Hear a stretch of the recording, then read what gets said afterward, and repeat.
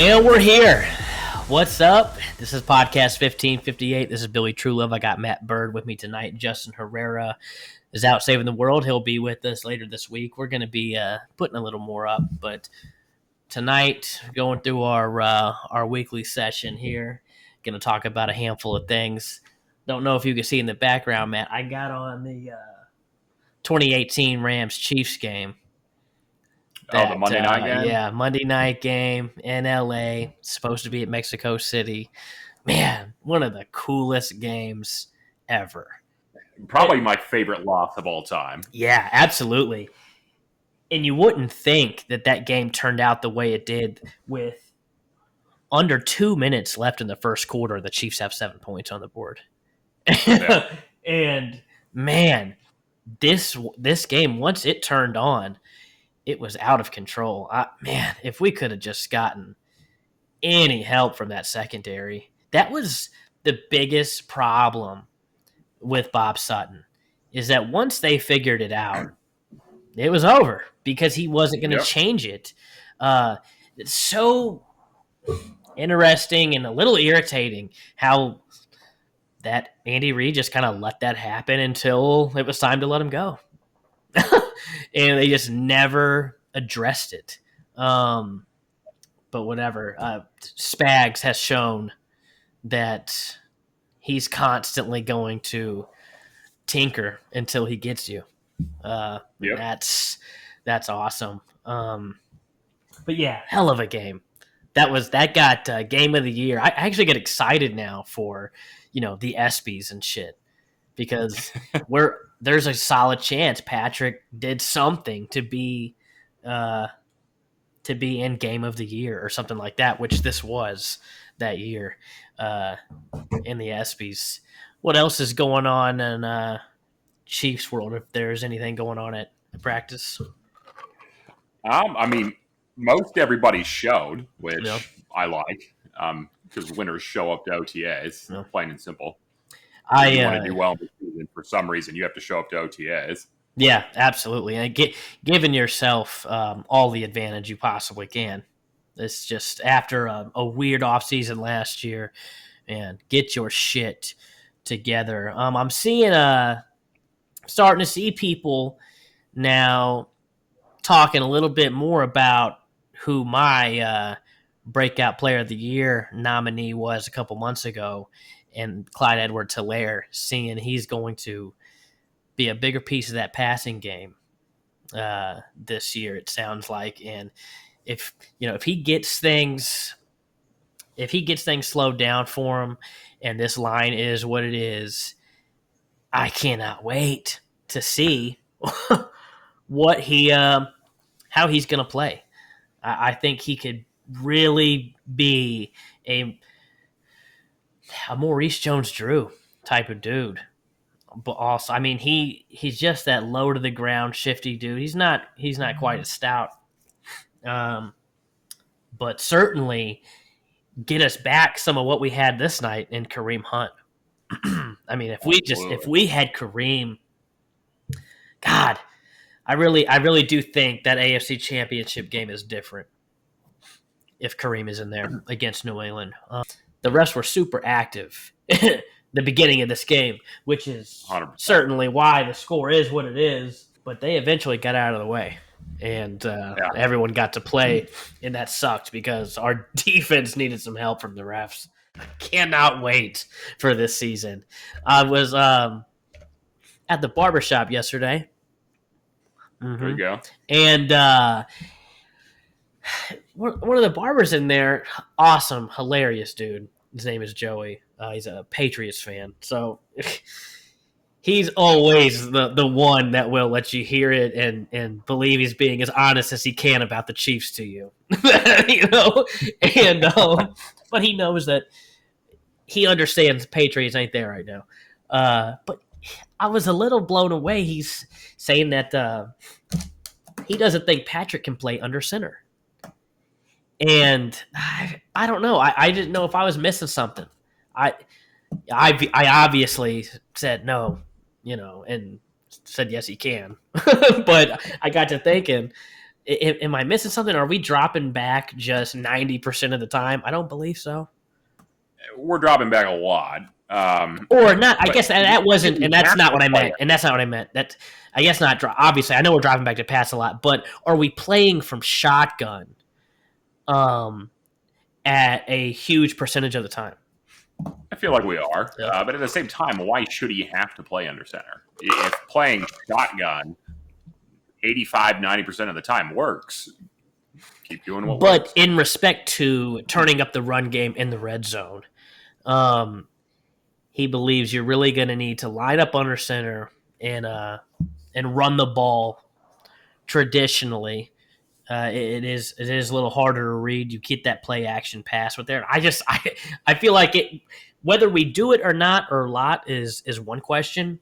If we do it a lot now, but I absolutely believe he can play anywhere he wants on that line. There isn't a type or style or situation that he can't adapt to. That line was not good last year. It had its problems, and I think last year, you're right, it didn't really matter where we were going to line up from, especially after Clyde got hurt, and that line just took on more and more problems. That if this line is for real, I think we have a great opportunity to extend some careers of the superstars like Patrick and Travis and Tyreek. So yeah, if we're not lining up under center, and it's a super low difference, a much different snap count than we are shotgun, then so be it. Yeah, but I know we can run. We'll be able to. We're gonna fix that red zone shit this year if that line is correct. What do you think of the Kyle Long news? I don't like it, but I mean that's what the depth for. I do like that we were able to. We have a ton of depth, and especially that guard position has a ton of depth. I mean, you're replacing Long with Dr. Canada. I mean, I don't really see too much of a drop off there. Well, I was reminded recently that the last time we were talking about Tardif, we were talking about him after the Super Bowl victory. We were really talking about him probably being a cap casualty, that he could probably get cut. It's not like he was just performing to his expectation, to what we were expecting we were going to get from him, or that wouldn't be the conversation. It's not like that line was just loaded with superstars. If we paid him what we paid him, and we were willing to cut him, we weren't. He wasn't impressing too many people. I really think it's Trey Smith that gets that start at that position. I don't believe if as long as he's good to go and he's healthy come regular season. I think he could take that from Tardif. I like Trey Smith, but my problem with that is you're essentially starting two rookies on that side of the line. Niang's never played, and I think Niang's going to be all right tackle. So you don't know what you're going to get with him. You don't know what you're going to get with Trey Smith. That is an awfully inexperienced right side of the line. Yeah, but I feel like that's only the opinion because of how low we drafted Trey Smith. If the health concerns aren't there and we don't draft Nick Bolton and we went Trey Smith and Creed Humphreys, I think we would not only be okay with it, I believe we'd be expecting it. If you're being drafted that early on, I think I am just shocked at how far he fell. If it's just this easy to determine now that he's healthy and it's not a problem, because that's how the Chiefs have handled it. That he takes meds, and I don't know. He just dropped to the bottom of the draft. If we would have gotten him in the second round, where he potentially could have gone if he didn't have those health concerns, I think we would be expecting it. I get what you're saying. I see the issue with it, but I think it's his draft position that makes that seem a little more risky. If he shows he can outplay Tardif, fucking let's roll. I think it would be awesome if he wins that position, and I hope the same for Niang. We have no idea what we're going to get with him. I think Rimmers is fine at right tackle, but it would be awesome if Niang won that position, and we just have some unknowns. You know, if they are good enough to win those positions and are great, we don't know exactly where that ceiling is at for them yet. That's somewhat exciting to know that one, if not both of those dudes, could be the next big thing on our line that we want out there. Yeah. It's not like we're hoping, oh, God, I hope this is the year Mike Rimmers becomes an all-pro. Like, that's not going to happen. So somebody needs to win their position that we have no idea what's going on with them. And that could be awesome if that were to be the case with Trey Smith and Creed Humphreys. With Orlando Brown and Joe Tooney, that this could be for real. I would love to have a line like Dallas has had in the past. I know not this past season they were injured, but prior to it kind of falling apart, it was the one far and away in recent football, and man, was it effective. We're going to talk about playing under center with a line like that and not having to buy yourself time with almost every snap. There's we could go back to that. It's not just that he's good from shock. It's not just that he's good passing the ball in shotgun. It saves a second to get that ball out quicker.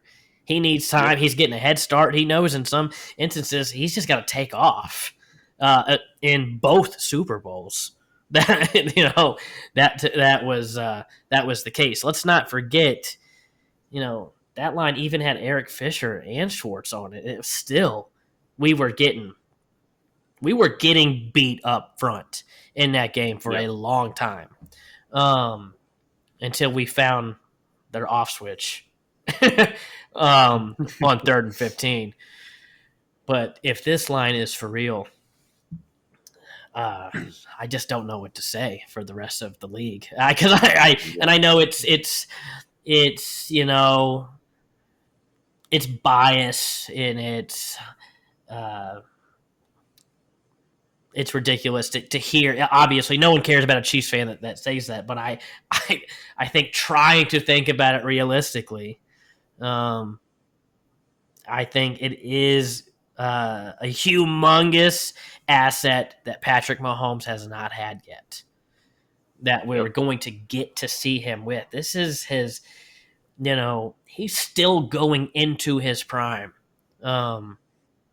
We'll see if what we've been telling people all along is that he's going to make the Sammy Watkins and the DeMarcus Robinsons and the McCole Hardmans look good. Well, now you have the best opportunity because you're going to have to work with even less. With Sammy gone. I know Sammy wasn't out there all the time, but man, it fucking ticked when he was out there. For the most part. I know nothing worked in that Super Bowl.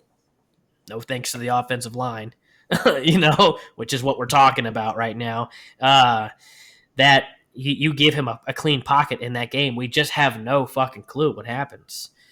The way he was still putting balls in places, and receivers just weren't getting out of a lot of that coverage. They just didn't have the time to do it. Completely different outcome.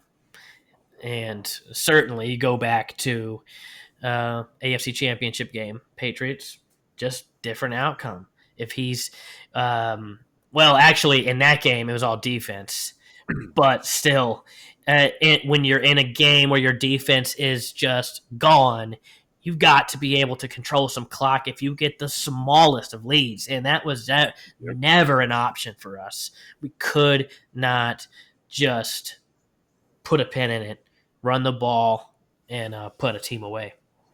So, which is exactly what's happening here. Exactly what's happening here. We're about to go on one of the highest scoring games in NFL history and Monday night history, certainly. God, it was a fun watch, and the all whites that night. I don't feel like we don't see the all whites too often. Like once a year, I think. Oh God, he was RPO to the left, and he decided to keep it and took a shot at the one. He was so tough in this game. He took some shit. What an ass whooping he took in that Tampa Bay game. It's so hard to like want to go back and watch that game because you know how bad it was. But some of the things he was doing was unreal. And I know it doesn't fucking matter and it's all empty calories, but it's still exciting. Like the biggest ass whooping of that kind, he finally got it. Because he's never had his ass whooped. This team has never had its ass whooped. And to see, God damn, he was still, to the very end, just doing wild shit. And that is fun. I do want to go back and see that, but it's just tough. You got to wait until they win the Super Bowl this year, and then you can go back and watch it. So, and I know we've talked a little bit about this while we're talking Patrick Mahomes, and then I'll get off the Chiefs. There's some other things I want to discuss. If not, I've seen Patrick Mahomes as a few people's MVP favorite. If not Patrick, we can assume Aaron right now not eligible to pick in this scenario as well. We don't know if he's going to play. Let's assume he's not. Who's an MVP candidate you think this year? It's got to be Josh Allen. Because if it's not Mahomes, I would think he would be the next man up. Yeah. I feel like he can never count Lamar Jackson out of that conversation. I know it's all bullshit, which is why you can never count him out of that conversation. We know he's not going to win in the playoffs. At least I still don't believe so. But he is just a freak in the regular season. We can dog his ability to pass the ball, which eventually is needed. But until then, it is awesome what he is able to do on the ground, and we got one of those pieces from that line. I don't want to circle all the way back around to that, but I am excited. Completely different style for Orlando Brown Jr., but a guy that definitely was a part of a high-scoring, high-win percentage team. Anyways, but yeah, I'm with you on Josh Allen, and I think Justin Herbert has an outside chance if he just progresses. Holy shit. And you got to think about the extra stats that some of these teams that aren't winning a lot of games are going to be putting in on that MVP race with this extra game. Quarterbacks like Justin Herbert could be throwing for, 6,000 yards. I mean, Dak has the weapons. Absolutely. MVP. Yeah, and no defense. He's gonna have to score a lot. That defense is just not. I don't think Micah Parsons is just gonna flip it overnight. No. Future father-in-law, big Cowboys fan. What's going on, Rich? I love that offense, but I still just what I'm watching right now. I feel like cool. You got a nice shot to be in 54, 51 races with other teams, a lot. So, but you're right. Those weapons definitely eligible, are going to be in the running for MVP. Dak Prescott, any non quarterbacks that aren't Aaron Donald. I mean, Derrick Henry, I guess, but you got to expect he's going to fall off a cliff at some point. True. He's going to go from being ultra productive to not productive at all. Yeah, you're absolutely right. It would be insane to have someone run for 2,000 yards again. That would be awesome. And well, I guess is it impressive now if he does it with the extra game? He certainly has a better shot at getting to 2,000 yards than anyone else ever has. And that record's really going to fall apart when you have that year where it's like, oh yeah, Derrick Henry and Nick Chubb did it. Oh God, everyone's doing it. It won't matter. That was a nice little prestigious club to be in, the 2,000 yard club in a season. But yeah, Derrick Henry keeps doing that. He's a definite MVP candidate. Sounds like Julio Jones is looking good at camp. I don't think anyone expected him to look like shit having balls thrown to him in practice. If we were, then what the hell were we getting all excited about? Oh man. Did see Calvin Ridley said he's ready to take over on there for Atlanta. So fantasy football wise, that's a guy that I'm very interested in. Very interested in Calvin Ridley this year. I saw, oh my goodness, I think you sent this shit to me. Yeah. I believe his name was Kevin Cole. From Pro Football Focus. Listen to me. I don't know what kind of clickbait bullshit this is.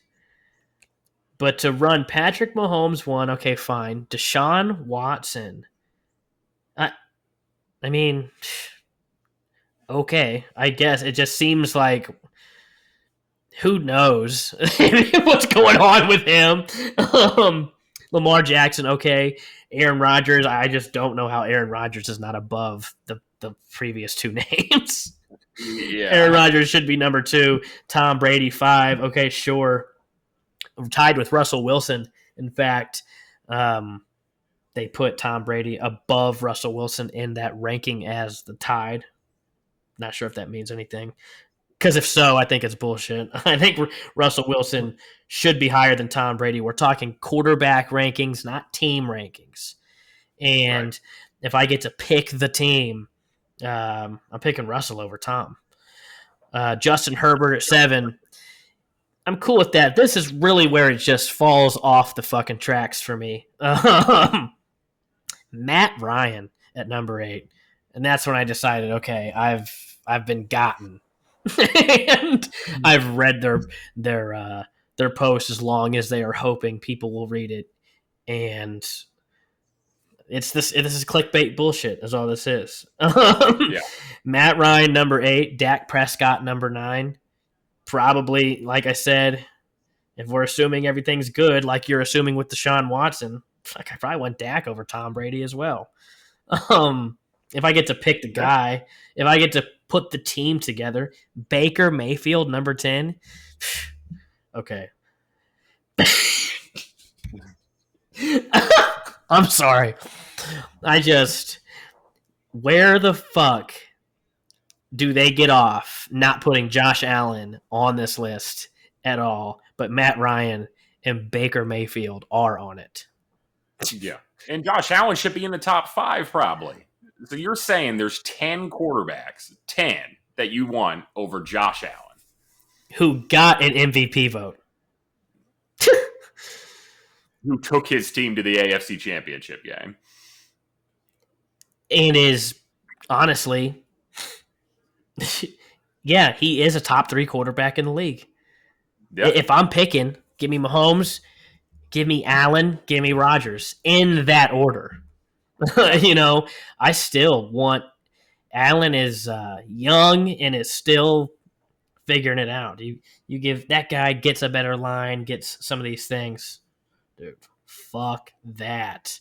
I'm not. I know we've handled Buffalo, but they're not going. Their window's not shutting by any means. So we're gonna have to keep doing it. And they showed what they know what they need to do. Drafting back-to-back edge rushers in the draft with their first 2 picks this year.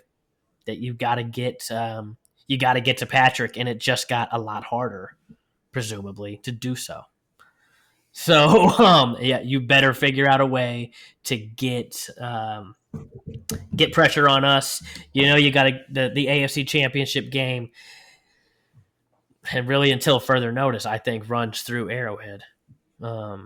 Absolutely. As long as I get it, injuries, whatever, but healthy. Not saying we can't lose there. I think like I said, Cleveland was in that game. I think there are certain styles of teams that we prefer to play less than others. Do you agree with that? Absolutely, 100%. Yeah. So I mean, it's not like we can't get beat. I completely understand that there's a number of teams that can beat us. But you're not gonna probably not gonna do it at home. You're probably gonna have to come to Arrowhead, and you probably won't be doing it via a bye week either in the playoffs. I think we stand a good shot at the number 1 seed, and at least we'll be in it for that number 1 seed. I do believe that. Maybe we won't get it. We're not going to get it every year, but I think there's a good shot we do, and giving us a bye by ourselves. God, as cool as that sounds, I really hope they fucking change that back. That sucks. It's hard. That number 2 seed's not easy to get either. No. Shit. And to not get rewarded for that. Damn. That really sucks. We'll pivot here. NBA playoffs. Kind of big news, I think. Not that I'm really watching the NBA playoffs. I do cut it on when there's very little bit of time left with the Bucks and Nets, because those have been fun. But Kawhi Leonard going down, not a good thing. No matter who you're a fan of. It sounds like an ACL injury. Not sure of the severity yet. But we'll see. How do things stand for them if Kawhi's done? Oh, they're done. They need Kawhi. They can't do it without Kawhi. Yeah. It's 100%. Have to have him. An interesting update. You can tell me or explain to me a little bit about where they are here in their postseason situation. Chris Paul entering the COVID health protocol. A lot of problems with this, but they're saying 10 to 14 days. If he's gone 10 to 14 days, I would imagine that's a killer as well for his team. Yeah, they can't do it without him either. So I guess it really just depends on who they play. If they run into the Clippers without Kawhi. Yeah. Yeah. I don't know. It's gonna be interesting. I don't think what's keeping Chris Paul out. It's gonna be a fucking shame. Yeah. If that keeps him out and he has to miss. The Suns haven't been where they are in I think 11 or 12 years. So. And the word is he could be out 10 to 14 days, I believe, if he isn't vaccinated. And this is an interesting concept for that to come out, because you are pretty much going to force him to tell the world if he is vaccinated or not. Because they're saying if he's not vaccinated, it could be a shorter period of time. This is holding him hostage to tell everybody. Maybe it's not a big deal to him. I don't know. But that shouldn't be out there. It should be, you're going to miss time. Something happened. We don't give a fuck. We've got rules to follow, vaccinated or not. That's just what we're doing. Or you just let them play. But to say that we're going to make you tell us if you were vaccinated or not, that sucks. That really sucks for him. And I don't know if any of that is absolutely true. Maybe that it's going to come out and say that is not the case. That it is going to be just a few days, regardless. But they did say a positive test, and if Pat McAfee is correct, I don't believe he knows if he's been vaccinated or not. And I'm not sure if Chris Paul has said in the past that he has been. But if you've got it, the answer is going to come out whether he's had that vaccination or not. We'll move on to the hometown. Kansas City Royals go down today, 6-5 to the Tigers. From what I think I saw what was going on, Brady Singer wasn't off to a horrible start, was he? Before he got hurt? No. Yeah, and then he got hurt. We were up 3-1. But he was in control, and then shoulder injury. So yeah, haven't yet heard the severity of that. Another blow to this team. Brady Singer getting hurt. No, I don't follow it. I'm not following the Royals that close. I follow baseball for fantasy baseball intents and purposes, which I saw is not going well for you in our league. But how is I know the season's over, but it does seem it's getting gloomier and gloomier. Is this the real Royals team, or what we saw early on? Something that can come back. I think this is the real Royals team for right now. I think once September rolls around, the season purposes were done. Yeah. But once September rolls around and we're able to call up Bobby Witt and Nick Pratto, we're going to put up some numbers. I think we're going to be the best team in baseball from September to the end of the season. That would be certainly be nice to see. I swear to God, I'm going to lose my fucking mind if Alberto Mondesi goes back to the injured reserve list. The injured list. Jesus. It's like, man, here he is. He had a day today. Yeah. And it's like, oh boy. Can you imagine, getting what you expect to get out of him and get Bobby Witt Jr. down here, and then hopefully you hit on some of these young arms they got. But Mondesi is Sammy Watkins.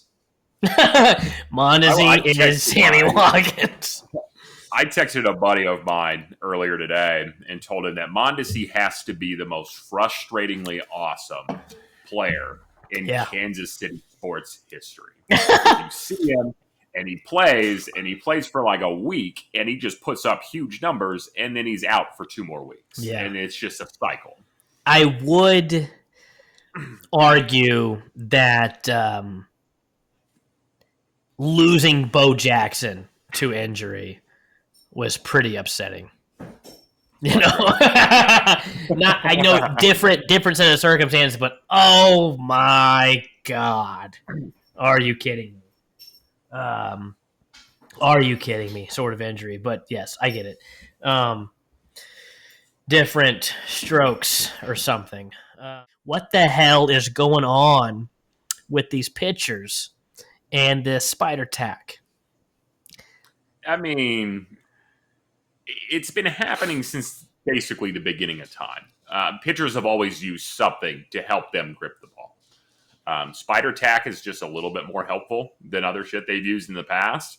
A little bit more helpful. It looks like it is out of a fucking Ghostbusters movie. It's true, but at the same time, we're how many games in now? 80 games in? Close to it? Uh-huh.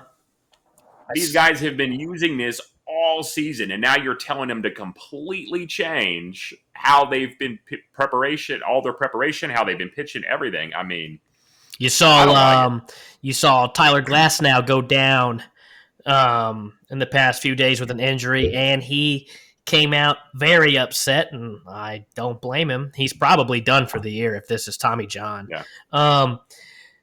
That he blames this change on that injury. Having to adjust now is, he's squeezing different. He's just doing different things now. God damn, they've just I'm shocked this sport is still around. Man. They get it wrong every fucking time. It's funny you say that because I was telling Mark earlier, which Mark's a friend of ours, that I see baseball being like the NHL in a couple of years. I think baseball is just going to completely fall off. NFL is going to be king. Yeah. NBA won't be too far behind. Yep. Shit, even with the way soccer is going in America, yeah, I mean, that could take over baseball as well. Baseball could be in the bottom here soon. It's remarkable.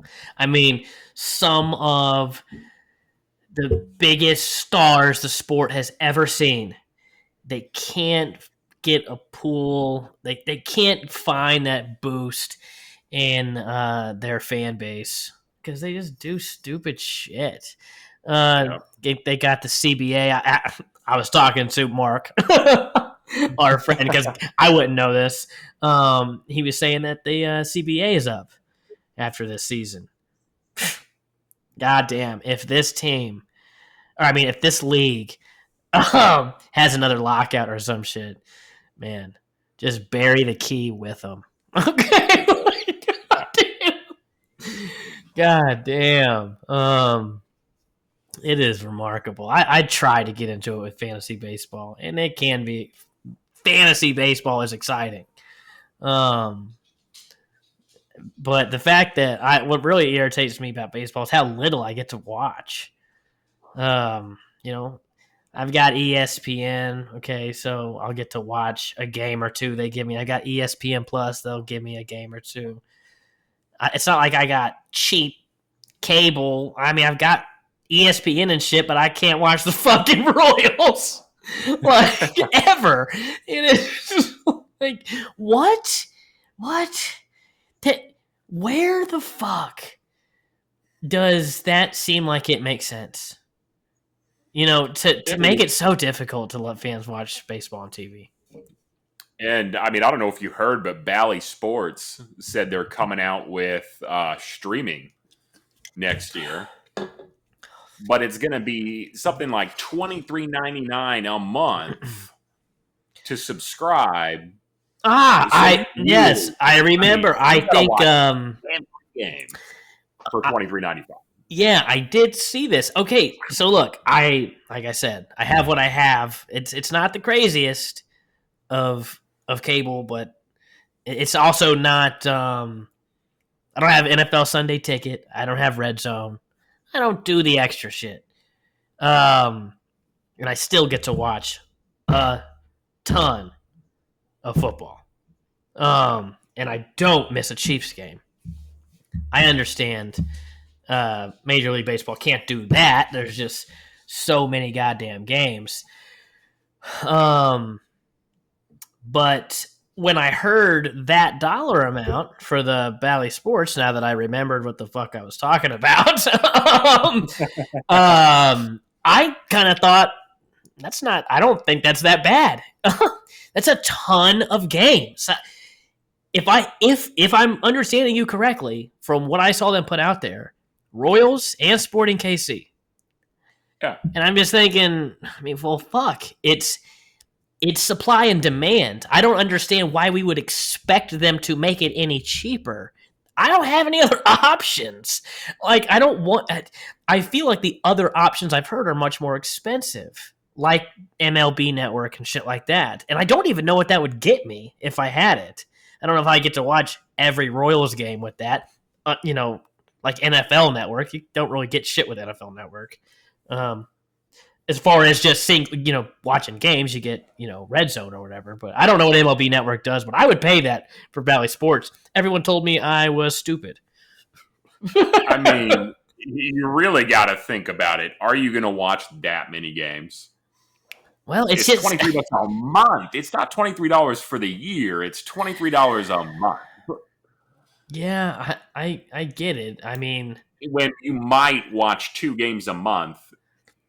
Yeah, so maybe. Everyone, set me straight there. I just got to thinking, okay, what I saw was it seemed like someone was getting a pulse. Hey, if Bally Sports did this, I didn't know if it was actually official yet or not. If they did this, would you pay? Is the scenario I saw. Does that mean maybe they're getting a feel? Maybe it's not going to be that expensive. Maybe it can come down. Why not aim high with there being so few options? Fuck it. It's $40 a month, and everyone freaks out and doesn't do it. Okay, fuck it. $10 a month. Can they bring that down? Is this set in stone? Is what I'm saying, or is this still hypothetical? I think they probably should try to maybe tier it because some people might want it for the Royals, but they may not want it for Sporting. So if you want it for the whole package, you should do $23 a month. But if you want it for just the Royals, maybe bump it down to like 15 or something like that. Yeah, this is definitely an opportunity for those teams that would get money from that deal.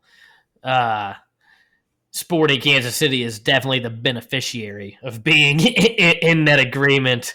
Because, like you said, much more people would prefer that. Let me just give me the Royals, and if it's going to be cheaper, you can take Sporting KC out. There will be people that would say, "Oh, okay, cool, give me Sporting KC and fuck the Royals," but not that many. Just not that many. So, Sporting KC, definitely the beneficiary here. I wanted to, as we're in this NFL offseason, I'm getting excited about some things, and I want to see who you think is under more pressure in certain leagues across the team. And if you've got any scenarios, comparisons as well, please send them out. I thought one that is interesting, because I feel like there is a hot seat here. From the looks around the internet, I don't see too many other people agree with me.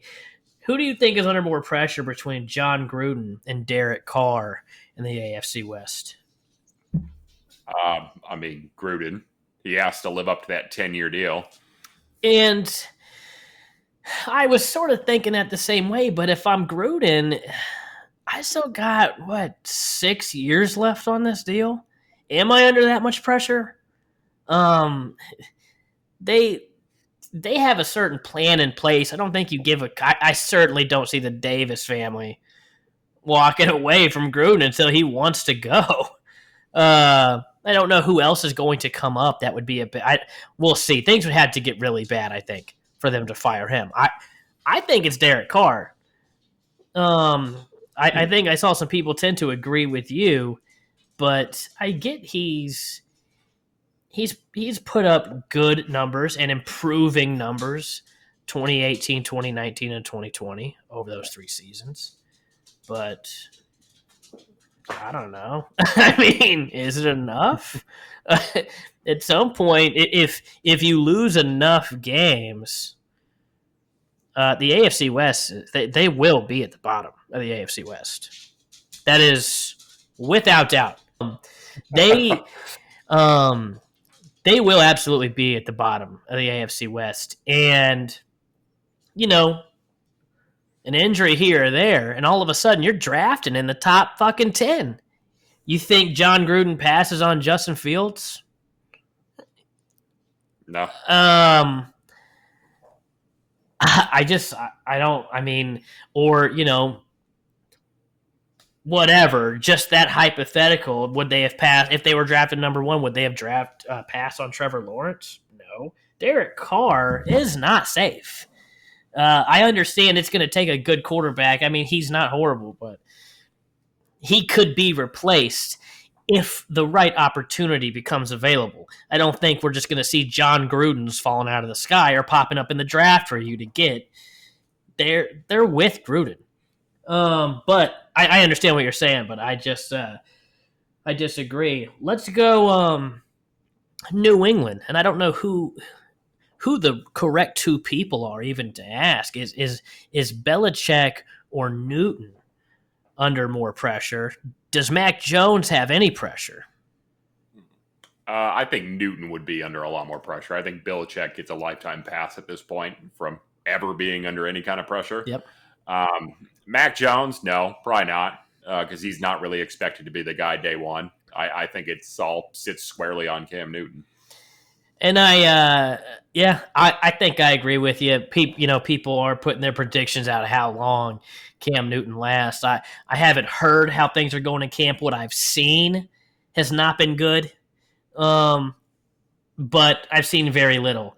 I feel like I've seen some accuracy from Mac Jones and some bricks from Cam Newton.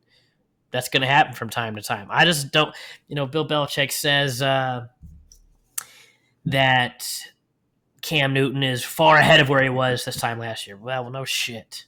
But he was also very far away from being a competent starter down the stretch last year. So we'll see what happens. Everyone, they were very busy in the offseason, but I'm still not scared of the weapons on that team. And I think Belichick is under a little bit of pressure to prove he can do something without Tom Brady. Not enough pressure to ever lose his job. That's not going to happen. I get you there. He is going to ride that out until he chooses to, because no other Bill Belichick is just going to become available. Yeah. But I feel when they play Tampa Bay this year, there is a little pressure there. And it's not on Cam Newton. It's on Bill Belichick, and I do think if Cam Newton is not performing well, he pulls the plug on Newton going into the week against Tom Brady, builds in that excuse, but also has a game plan put together unlike anyone else could, I would imagine. Not saying that he would just be kind of throwing in the towel by putting Mac Jones in there, but it could be that the twist he wants to give them. He's brilliant like that, but at the same time, people would pull off the gas a little bit on him if they lose to Tom, because they're just, oh well, it was Mac's first start. So whatever, and I don't really give a fuck about that. I do think Bill Belichick, if he is trying to surprise attack you, that is not good. Because I think 9 out of 10 times he does not miss. He is very good at game planning against people, and I don't know that anyone knows Tom Brady better than him. Yeah. I'd like to think we're going to really see a defensive mind. Really, the light is on Stephon Gilmore for that squad right now as well. If he's not around, that is a significant blow to that defense, especially in a game like that one against Tampa Bay. You need more than one Stephon Gilmore in some cases to cover that team. They are just so good outside. So I know Bill Belichick is capable of figuring it out, but you will need everyone, especially the best defensive player on your team, to do it. So I do think, yes, I agree with you. There's pressure on Cam Newton, and there is a certain type of pressure on on Bill Belichick. I think if Mac Jones gets thrown into the fire that early, there is a little bit of pressure. You're going to play a majority of the season. I think they play week 4, maybe week 5. If I'm absolutely wrong, sorry that I'm stupid. But that's enough time for a lot of people to say, fuck, it's not. It's probably not going to be what we thought. And then, who fucking knows? You've probably lost a bunch of games. Does Bill Belichick pull the plug on you after 1 year? There is some pressure there. I don't think he's going to. I don't know. I don't believe Bill Belichick's one to like to waste his time. If Mac Jones comes out and really just sucks, because I think he'd move on from Drew Lock. You know what I'm saying? He'd move on from Drew Lock very fast because Denver should have moved on from him already. It's I don't know how much you need to see, but Drew Lock was not good, and he has gotten worse fast. He just makes stupid decisions. Teddy Bridgewater is going to smoke him.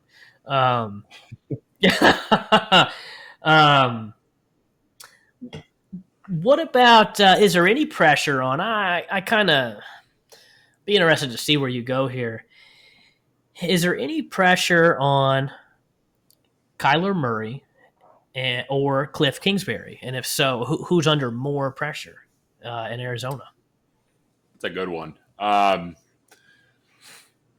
mean, on one hand, you have Kyler, who's a first-round draft pick, number 1 overall, right? Number 1 overall. Lots of pressure. I don't know, though. I still think Kingsbury probably has more pressure to make that work because when he came in, he was the young hot shot, the offensive guru, and you gave him absolutely every single tool he needs to make that work. Mm-hmm. So I think there would be more pressure on him to make that work because he has everything he needs. He can't possibly fail.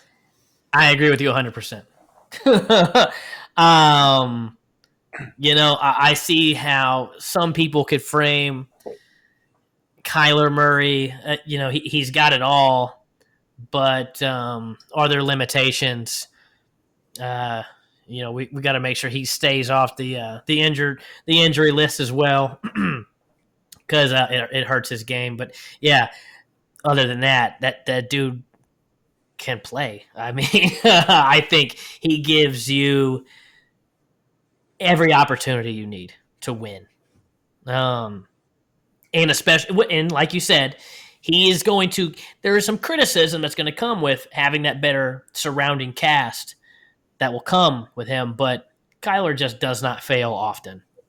So I think you're absolutely right. Now, so we go back to Las Vegas real fast. You already said that you feel John Gruden is under pressure, so I guess I'll just kind of ask myself if I believe that maybe John Gruden is under pressure more if someone like Cliff Kingsbury becomes available. Is he still looked at in that regard? Do we know what he did in college? We know what name he is associated with. Has it not gone well enough in Arizona for him to keep that hype if he hits the market at some point being under this pressure? No, because I think if Kingsbury fails in Arizona, it's over. Yeah, he's done. I mean, he might end up as an offensive coordinator for his buddy in L.A., but as far as being a head coach, I think he would be a one and done at that point because he has too much to fail, in my opinion. Yeah. So then that would just add to my belief in Las Vegas. And I mean, if someone like Cliff Kingsbury comes available and that name isn't big enough, John Gruden is fine. I don't think there's going to be any humongous names come steal that job. Derek Carr better figure it out. Who do you think is under more pressure in Dallas? We got between Dak Prescott and Mike McCarthy. Dak just got outlandish money. So not so much under pressure of losing their job. But who's under more pressure to meet expectations? It has to be Dak. I think Dak, out of all the quarterbacks in the NFL, probably has the most haters. I think he has the most people who don't believe that he's worth what he's worth. So he needs to show up and show out. He needs to earn that money. I do, yeah. I agree. That's Jerry Jones offered a ton of money that he turned down, and then he went and got hurt. Whatever. Still got his money. Yeah, I do. I agree with you. If he comes out and fails, or that knee isn't right, and God, I hope that is not the case. I hope he is as healthy as he can possibly be.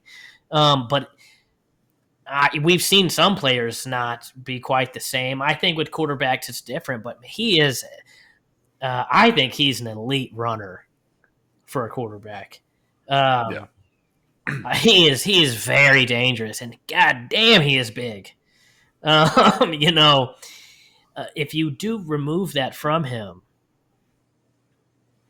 god damn, I'm not paying that money. I need that other threat. And damn the surrounding cast he has.